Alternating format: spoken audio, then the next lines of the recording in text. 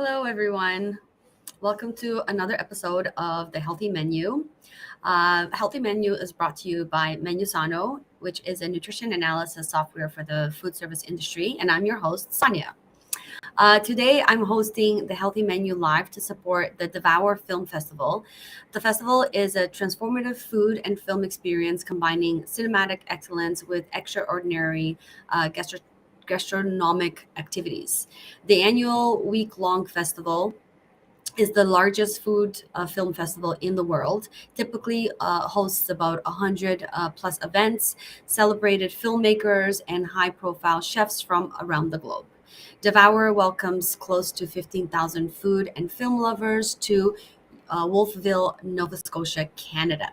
The festival returns for its 12th edition. This year's theme is the future of food, which centers around the increasing interest in plant based nutrition and cuisine, sustainability, fishing, farming, and a look at new food choices that continue to emerge worldwide. Our guest for today is Michel Nischan. Hi, Michelle. How are you? Good. How are you, Sonia? Good. Welcome. We're so lucky and happy to have you. Thank you. That you made time. So I'm just going to give a quick bio on your some of your credentials, and then you can add to it after I'm done, just in case I miss anything.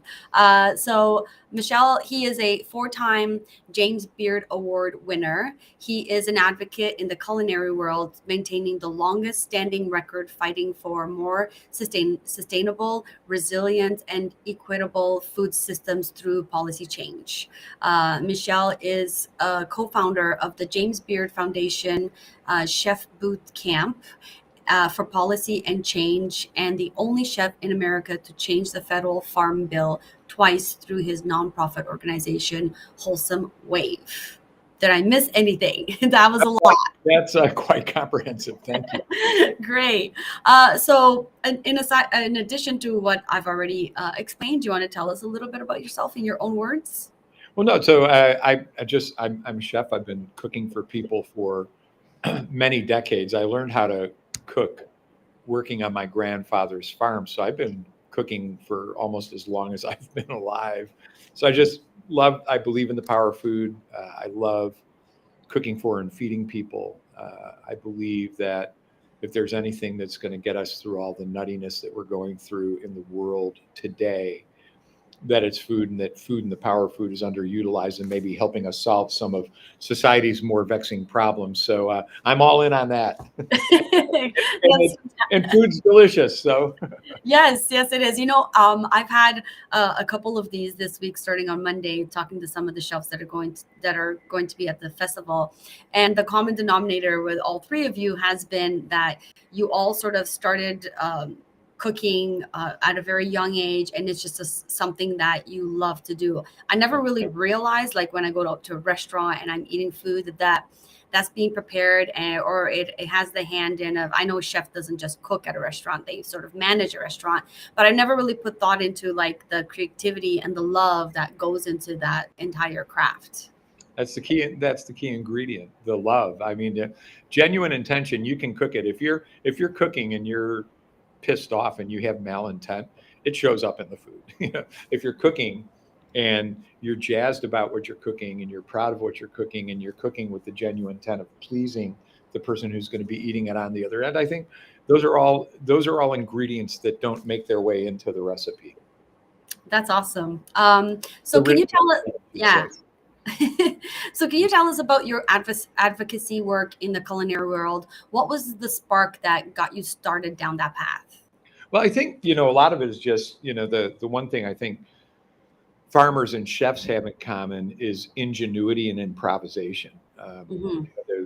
Both businesses are extremely difficult, but the people that do each of those businesses well are very passionate and aren't going to let anything get in the way of them getting stuff done. For me, my first advocacy was taking action because back in the late 1970s, when I was a young cook in kitchens and quickly became a chef, I was very disappointed with the quality of food that was coming in the back door of all restaurants, even the finest restaurants in Chicago back in the late 70s, pink and green tomatoes, exactly the same size and shape. I had never seen anything like it in my life because my grandfather had ripe tomatoes. We grew many varieties of tomatoes. So I went out to the countryside. I got a seed catalog because I knew what that was. I could project my yields, and I took some cash with me and convinced a couple of corn and soy growers to grow tomatoes and other vegetables for me. I would pay them half up front so that they knew I was not going to leave them holding the bag.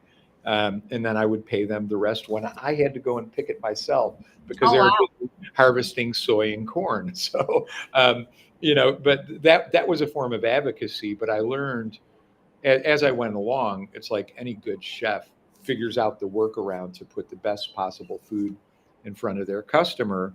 I started realizing that one of the reasons why my grandfather's type of farming was no longer prevalent or viable, which I really didn't realize until I started working in an industry that relied on food. Once I realized that had happened, I started, like any chef, it's like, why does this taste so good? Let's find out what this umami thing is, right? Mhm. And we'll search to the end of the earth to find out where that thing came from and what makes it so awesome. The same thing with the problem. It's like, what is causing this problem? We're going to get to the root cause of it, because if we don't solve the root cause, it's going to keep coming back. And it always pointed to policy. It always pointed to policy. So I really believed that the only way meaningful change was going to happen wouldn't be if only I was doing it only in my restaurant. So, Chefs Collaborative formed in the early 90s. I was, one of the original members of the organization, eventually joined the board of directors of the organization. So started really fellowshipping with other, chefs, Odessa Piper and Alice Waters and Nora Pouillon and Rick Bayless and all those guys. We all just got together and started sharing best practices, but also trying to encourage other chefs to do similar things, like pay farmers in advance to plant something for you, Mm. so that they'll grow more biodiverse crops. So that was really like my first form of advocacy, was how do we fix the lack of deliciousness in the basic ingredients that we're buying. There's got to be an app for that kind of, so there wasn't, so we created it, all of us together. And then, about a third of the way through my career, my son Chris was diagnosed with like type 1 diabetes. Mm. And first thing that we learned, he was 5, and so we had a whole life to look forward to. And one of the things that we learned was the length and the quality of his life would be determined more by what we put on the table to feed Yeah. him than any other thing.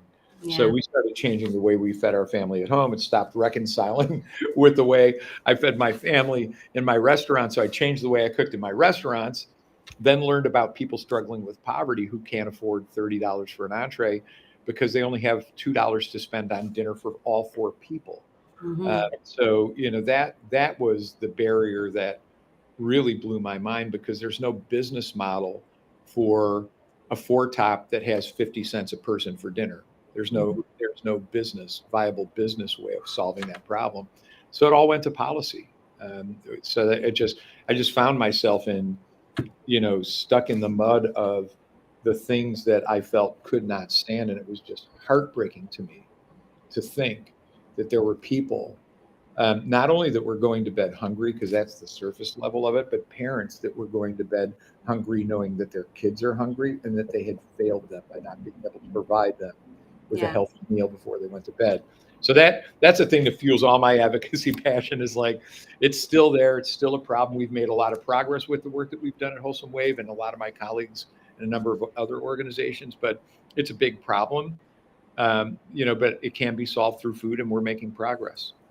Yeah. I mean, I'm glad that somebody out there is at least trying, right? Yeah. It Well, has to you start got somewhere. to do something. You can't just sit back and say, "Wow, that sucks." It's like you can say that. It's not going to change anything. And you can get. I forget the name of the TV movie where the guy throws his television out the window and says, "I'm mad as hell and I'm not going to take it anymore." You can yell, you can scream, you can throw your TV out the window. It's not going to change anything. If you're a culinarian, if you're a beverage professional, if you're a hospitalitarian, if you're a hotelier, if you're a manufacturer, you have profound ability to make decisions in the way you conduct your everyday business, Hmm. make a lasting, significant change in the lives of thousands or millions of other people. And that if you actually start building your community of friends around those types of change makers, that's how revolutions happen. That's true. Very true. Okay, so my next question, tell us about Wholesome Crave and Wholesome Wave. Okay, yeah. So it's funny because some people are like, now wait a minute, did I misspell the name of your company? It's like, no, there are two. There are definitely two. So it was inspired by my late business partner, the actor Paul Newman. He and I were 50-50 partners in a restaurant called Dressing Room in Westport, Connecticut. And when we created Dressing Room, he knew that I wanted to use my proceeds from the restaurant to try to figure out initiatives that could help people struggling with serious poverty get the access they needed to healthy food and prove that it could work so that we could then maybe change the way that public dollars, taxpayer dollars were spent. So Hmm. he asked what the idea was, and my late co-founder Gus Schumacher of Wholesome Wave was first. We went backwards on the alphabet. But when he asked us what we wanted to do, Gus and I said, well, we want to raise private money and double food stamps when spent, which is a form of, if you're in poverty in the United States, you can apply for a program where you can get kind of a credit card that has money that can only be spent on food, so that Hmm. at least you're not food insecure, right?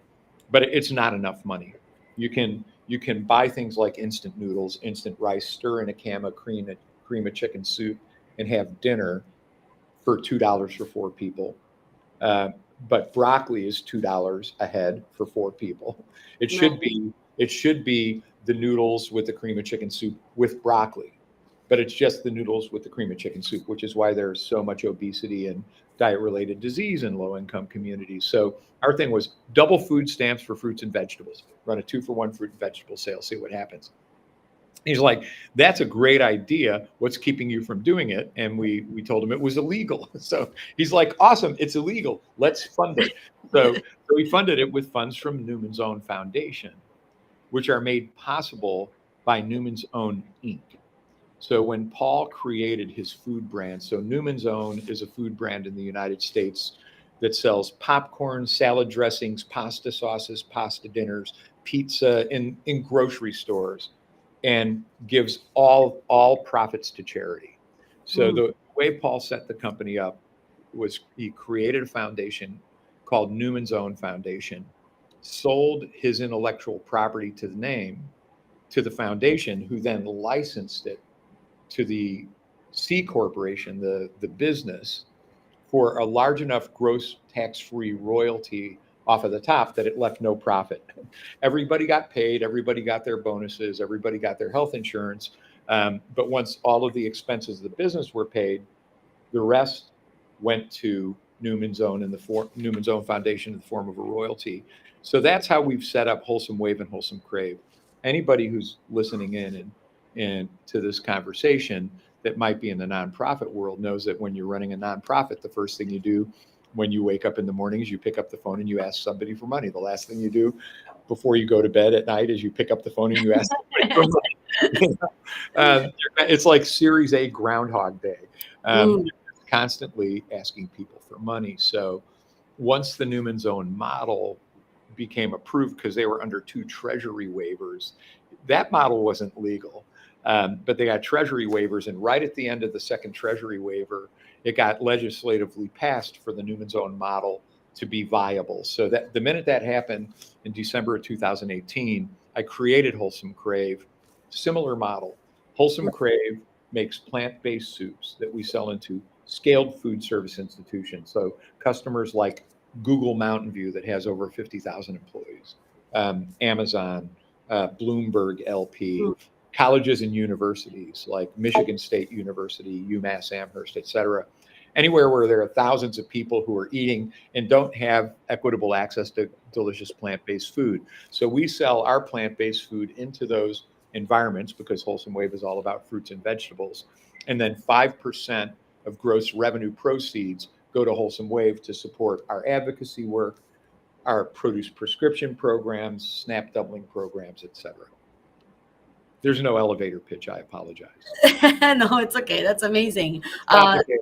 Yeah, I mean, there's a lot of moving parts there, and but I mean, congratulations. That's a lot of work, but at least you got it going, and you keep sort of pivoting the program a little bit and Oh, yeah. innovating.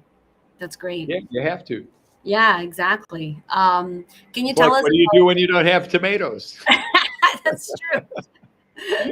Can you tell us about the SNAP program and how it contributes towards food equality and healthy food for all? Yeah, the SNAP program, it originally was created in the late 30s by Eleanor and Franklin Roosevelt. Um, the Depression was very serious. It was a deep economic depression, soup lines, bread lines, and previous to the Depression, the U.S. government had started significantly subsidizing agricultural production and really incentivizing farmers to plant a lot of stuff.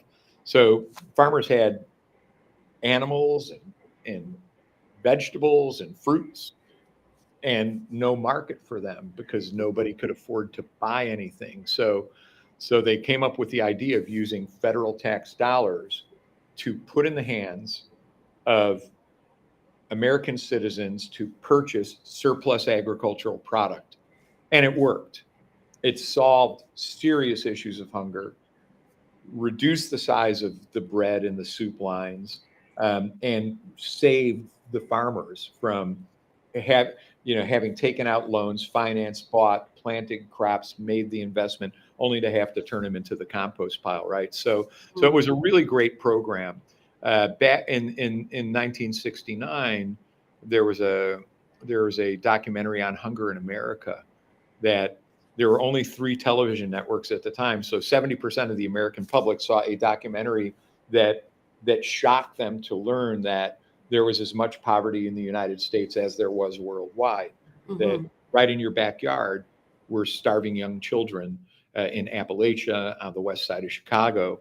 And that couldn't stand. So Bob Dole, a Republican, and George McGovern, a Democrat, got together and created a White House conference on hunger and nutrition, and out of it revived the food stamp plan. The difference this time was that the food stamp program, the SNAP program, would allow people to buy any groceries as long as it wasn't like pre-prepared sandwiches, prepared meals, things like that. So somebody struggling with poverty, it used to be checks, colored checks. Now it's a credit card that people can go to a grocery store, buy food, swipe it, and get the food that they need. Unfortunately, it hasn't kept up with the cost of living for over 4 decades. So it's not enough food. Again, people can be on food stamps, run out of the benefit in the middle of the month, and be stuck in that situation where they have $2 for 4 people for dinner. So they're not.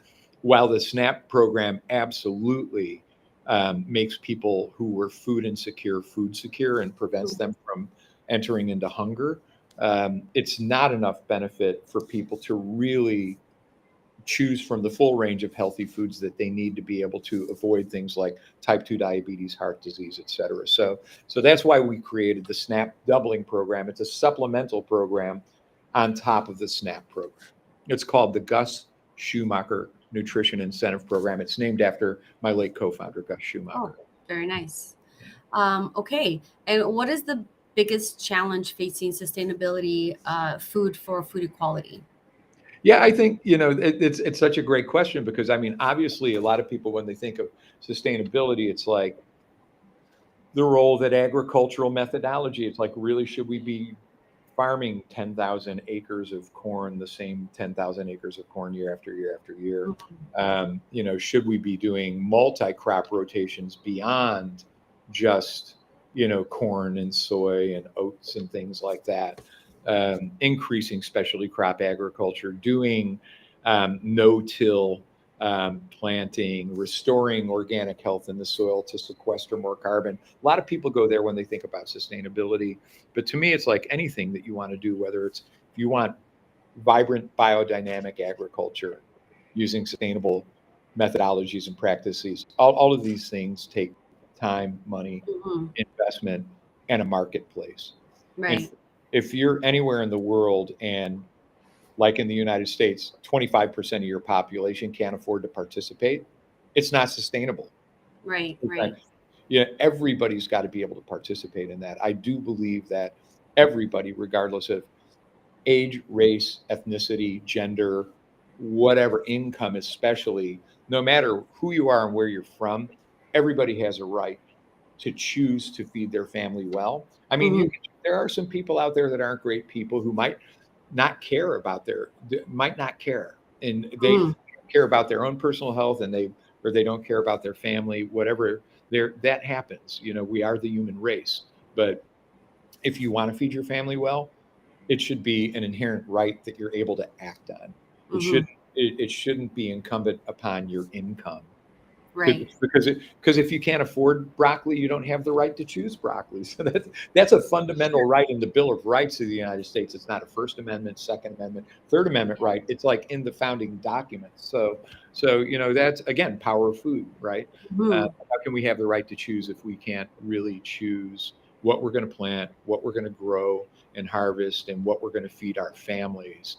Uh, Hmm. with dignity, with respect, and culturally appropriate. So all those things factor in. I think that to me, that's the part of sustainability I'm working on most. I worked on a lot of that other stuff earlier in Hmm. my career, only to learn that I don't feel as energized by that at the moment as I do taking care of a lot of the inequity that we see in the system. Right. Do you, I mean, maybe I'm off base here, but with especially in North America, with populations going up, and the way food started being produced in like the 40s and the 50s, it was, I think, at the time they didn't know the harm that they were going to bring long They term. had no idea. Yeah, no Right. bad intent.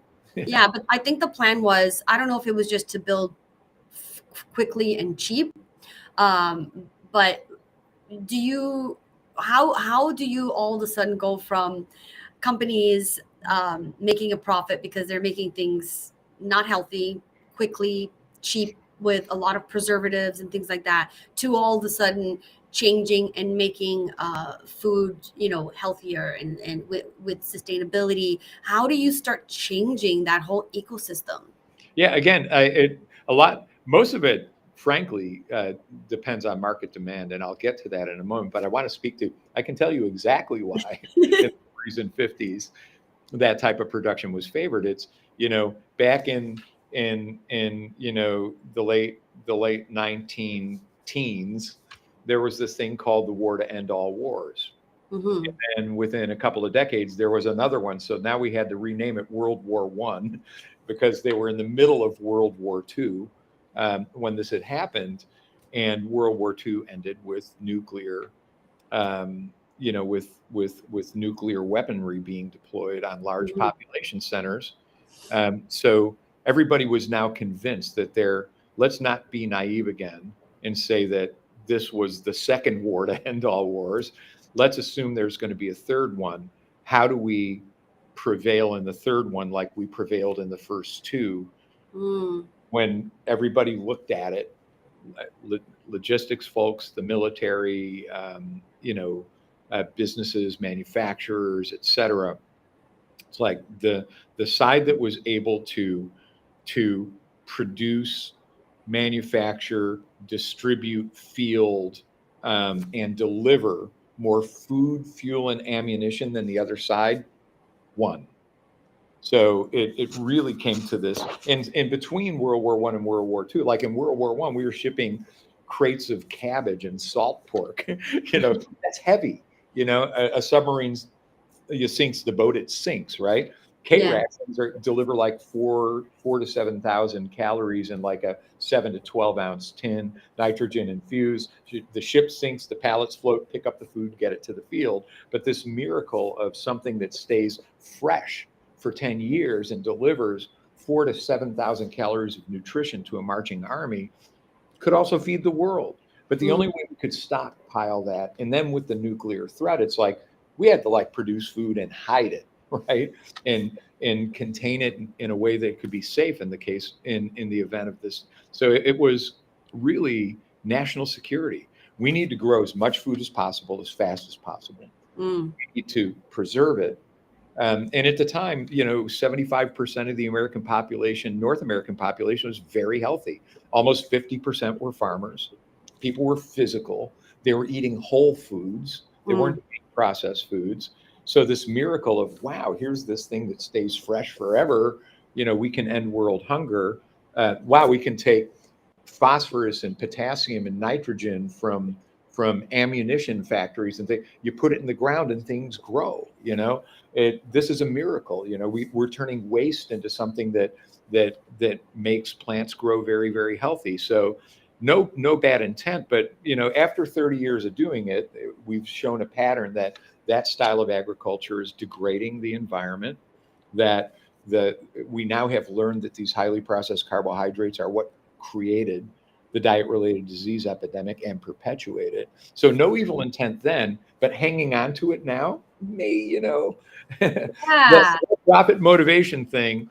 But a lot of companies are like Nestle, for instance, sold their candy and chocolate business to invest in plant-based proteins. Okay. You have Unilever went to cage-free eggs and all of their, this is because consumers are demanding it. They want more source transparency. Where is it coming from? Where's the source origin? Is it going to be healthy for my kids? I want more organic food. I want less additives. I want less preservatives. I want more plant-based. I want whatever it might be, pasture-based, grass-fed, grass-finished animals, and I'm happy to pay more. Yeah. you know so I think the consumer demand needs to be there, and then you'll see two things. One is, corporations are going to have to pay attention, and two, policies are going to start to really play in that as well, because these are folks who like vote at the polls. So there's a Yeah. cool thing in the United States I like to tell everybody. If you go to FPA, so Frank Patrick Adam, FPA.org, it's called Food Policy Action. It's a congressional scorecard that scores how every lawmaker in the United States in the Senate and the House vote on food issues. Oh, And so to me, it's like when people are going to the polls, yep, pro-life, pro-choice, these are big, big conversations. Someone can be pro-life and be a really good person for religious reasons. Someone right. can be pro-choice for really solid social, philosophical reasons. Both good people. Mhm. Someone votes to take free lunch off of the school food menu for a kid starving with poverty. They're an asshole. So it's like, they're probably not going to vote in your best interest on a number of other things. So it's like, Yeah, that's very let's true. let's start voting on people based on how they vote on food. Yeah. But do you think that it's sustainable? Okay, so let's say 65% of the population in North America all of a sudden starts demanding grass fed, organic, sustain, well, like healthy grown food. A cow that's out on the pastures that's eating grass, it takes a lot longer Yeah, it does. for it to grow, and eggs that are cage free. It just healthy food just takes a little bit longer in the Yeah. process. It will the demand will the supply be able to keep up with the demand as it grows? I absolutely believe so. We've Yeah. got, a lot of these big companies have the scientific wherewithal. They have the infrastructure. They have they definitely have the power to do it. But eating habits have to change. I mean, we're eating way more animals in the first. It's not like, yeah, anybody who right now is eating red meat like, you know 8 to 15 times a week, which is not uncommon in North America. Wow, you know that's a lot. you shouldn't be. Well, think about it. It's like if someone has a hamburger like 3 times a week, they have pot roast for dinner, they have a chicken pot pie, on Friday, they have beef stroganoff, on Sunday brunch, whatever. It's like people are eating a lot of animals. I mean, animals in general, not just red meat. It's animals like Yeah. chicken, beef. You know, we shouldn't be eating that much. We should be eating less. Farmers ate a lot less. Farmers ate a lot more grains and legumes. You know, beans, rice, barley, etc., vegetables and stuff like that. And when an animal was no longer functional, it was turned into something delicious. You know, it's like that. Just those are separate table economics. So if we had people actually taking meat, you know, 4 meals a week or 6 meals a week instead of a dozen or more meals a week, that alone would half of the CAFOs in the world would close. You know, Yeah. if people were eating that much less animal protein, which is the most expensive thing, in getting more of their nutrition from plants, they'd have more money in their food budget to buy grass-fed, grass-finished. You know, so it just and frankly, the economics of it, large companies will figure it out. I'm not against large companies, and frankly, I'm not against large-scale, you know, agricultural practices because they can be done more sustainably. You know, Hmm. but it just the demand really does need to be there because the profits right now, and there's going to be some costs in making the shift in that system, which is the role that public dollars and governments play in rewarding that type of behavior. It Yeah. is subsidies and tax credits that allowed us to build out the current system we have now. It's going to be subsidies and tax credits that shift us to a more healthier production system, right? So I Mhm. believe it's possible. And you know, like on GMO, I am anti-GMO when it comes to a terminator gene where a farmer buys corn and can't plant the corn seed because it's intentionally sterile. I'm against that GMO. I'm Yeah. against GMO that makes corn be able to be doused with Roundup and not die. But I am not against, you know, drought resistant rice with beta carotene so that rice farmers in Somalia that once was replete with water and now is in perpetual drought can continue to grow their own food and sell it and participate in a marketplace. Mm. So I think business, science, every arrow in the quiver, we need to just thoughtfully make it available and not trash everything simply because we, you know, all GMO bad. I'm sorry, I disagree with that. Yeah. So anyway, there you have it. Someone's got a question, I think. Yeah. So Gyu Kim has a question. She has, I have a question. What could we do as an individual to help support all of these efforts for food sustainability and equality, as it's never at the same level as big organizations? You know, I thank you for that question. You know, the question to me is a good one, and to me, it's just it's honest to God, do something, right? Mm. I remember watching a panel once of a couple of famous people in the organic world. You know, yeah, it was a panel on organics, and there was a woman who raised her hand in the question and answer session. Said, "I'm single mother from Bedford Stuyvesant. I have 3 kids, you know, and you know, I really can't afford to buy a lot of stuff organic. Should I buy chicken? Should I buy milk? Should I buy?" And this person on the panel said, "You think buying one thing will make a difference? Every time you wash your children's hair, you're poisoning them. Every time you wash your dishes, you're." It should be no secret that this person had an organic, you know, household chemical company. Right. Right. Obviously. But you made this woman feel so just devalued and Mhm. it emotionally upset her. So I found her after the panel and I pulled her aside and I said, "I'm a chef. I'm dealing with the same thing. Even though I'm a chef, you know, I still, you know, I have a bunch of kids. We have a tough time making ends meet. What do your kids like the most?" And she's like, you heard the woman. She said it was not going to make a difference. I'm like, forget the mean woman. Imagine, let's say it's apples. If Mhm. every American tomorrow, if not even every, if just 40% of Americans decided they were going to buy organic apples tomorrow, it would change the apple industry forever, right? You Yeah. know, so one person can make a difference. But what I would say is you need to choose the issue that is most meaningful to you and engage in it in a way Yeah. that you feel is authentic to who you are. And then you kind of have a job to evangelize that, you know, to get your friends excited, the people that trust you the most, get your family excited about it. Not everybody's going to buy into the things that you buy into, but eventually, if you have non threatening conversations, and you have conversations about making change, and just imagining how amazing the world would be if everything, Sonia, you and I were talking about came to fruition tomorrow. How Yeah. amazing it would be to live here. I mean, I already like life as it is. We're all facing a lot of really crazy stuff, but the world could be an amazing place Yeah. if we all just did something. Yeah.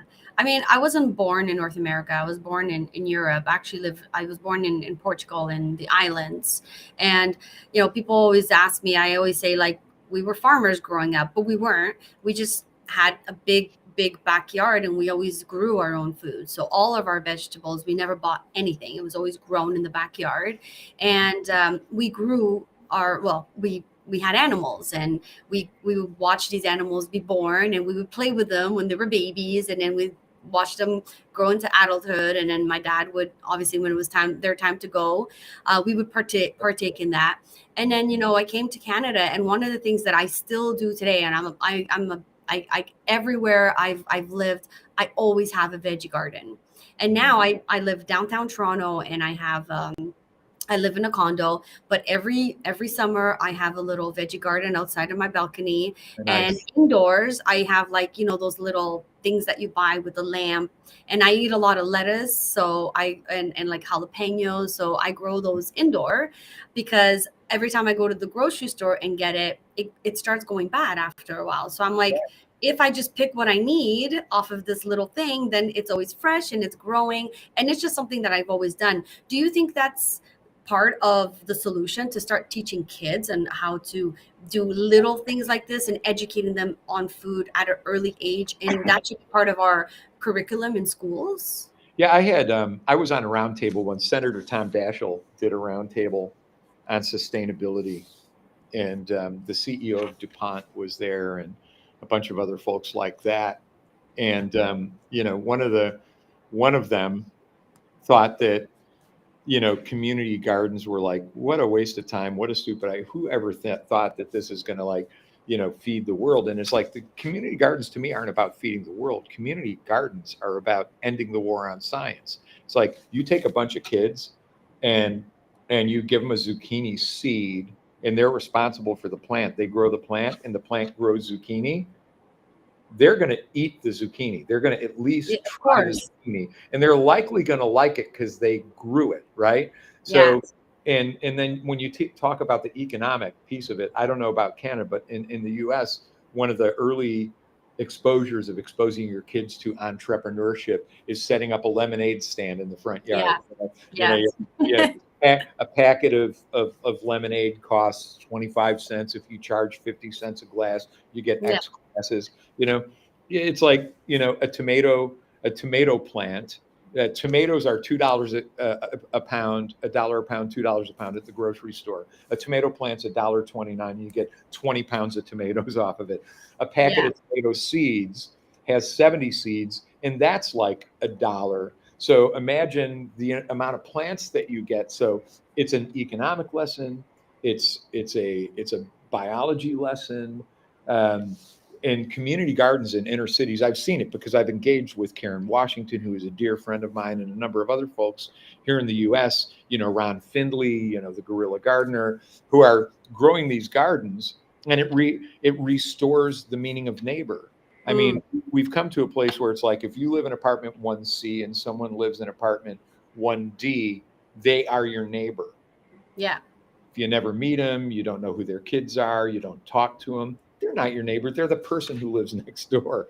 But when Yeah. you're in the garden and you're the person who is able to solve the tomato blight, and everyone else is having trouble, and you can't cook for shit, but your neighbor next door is the awesome pickle lady, all of a sudden you're the tomato guy, she's the pickle lady. You know each other, you get to know each other's kids, you're communing through food, you're Yeah. learning lessons. There's so much to it. So I don't think community gardening is scalable to the point where it's an answer to the this food system that's responsible for so many billions of people right now. I think we Mm, need all kinds of micro, small, mid-size, big, giant. We just need the right blend of those things, and then the practices in each of those nodes need to be appropriate so that the earth is resilient and being restored and healthy and Mm, rewarding us with great harvests for decades to come, because the population curve isn't going to move yeah, back in the direction. that's very true. Okay, so can you tell us about your workshop at the Devour Film Festival? I think it's called Wholesome Cravings Plant Based Goodness. Can you tell us a little bit more about that? Yeah, so yeah, what I am going to do, because one of the reasons why we chose soup for scaled food services, because it's a multi-meal solution. Everybody loves soup. Two, Yes. there isn't a culture that doesn't have soup. So we have Oaxacan inspired, Southwestern inspired, South Indian inspired, Chana masala cauliflower. We have Tuscan inspired, Mediterranean inspired flavors that are all very, very authentic and 100% vegetables. But anybody who makes a really good soup knows that the soup can also be the great base for a stew, or a hash or something else. So I'm gonna take our Oaxacan inspired native Three Sisters soup in honor of those who came before us, whose lands we stole and now occupy. I think that there was a form of sustainable agriculture for millennia before colonial settlers ever arrived, and that was the Three Sisters: corn, pumpkins, and beans planted in the same mound. Feeding each other beans, Mm, beans getting phosphorus from the squash plant, and providing nitrogen for the corn, and corn providing a trellis for the beans, so you get 100% yield and all that stuff. It's a beautiful dish with a beautiful story. So I want people to understand what inspired that type of cooking, but then how to take that same soup and turn it into things like very delicious crispy quesadillas, stuff. So right, right, it's right. kind of like, how do you utilize things in your home, or if you make your own soup, because a lot of people will make soup because they don't want to throw food away, and then they don't eat all their soup, and then they throw the food away. So it's like, it's kind of, here's what you can do with your soup. Right, right. I love soup. I eat soup all the time. Yeah, I grew up on soup, so I'm for it. Well, Michelle, thank you so much for coming on our podcast and talking to us about the things that you're clearly very passionate about. This was a fascinating conversation. I absolutely Thank loved you. it. Uh, Good luck at the Devour Film Festival. Anyone listening who wants to check it out, it's going to happen next week in Nova Scotia, Canada. You can go to their website. If you want to get a hold of Michael, we just shared his website there. And Michael, best of luck next week. Thank you so much, Thank and you. I'll see you again, and maybe I'll have some of your soup. Terrific. Awesome. You'll love it. Yeah, I will. I know I will.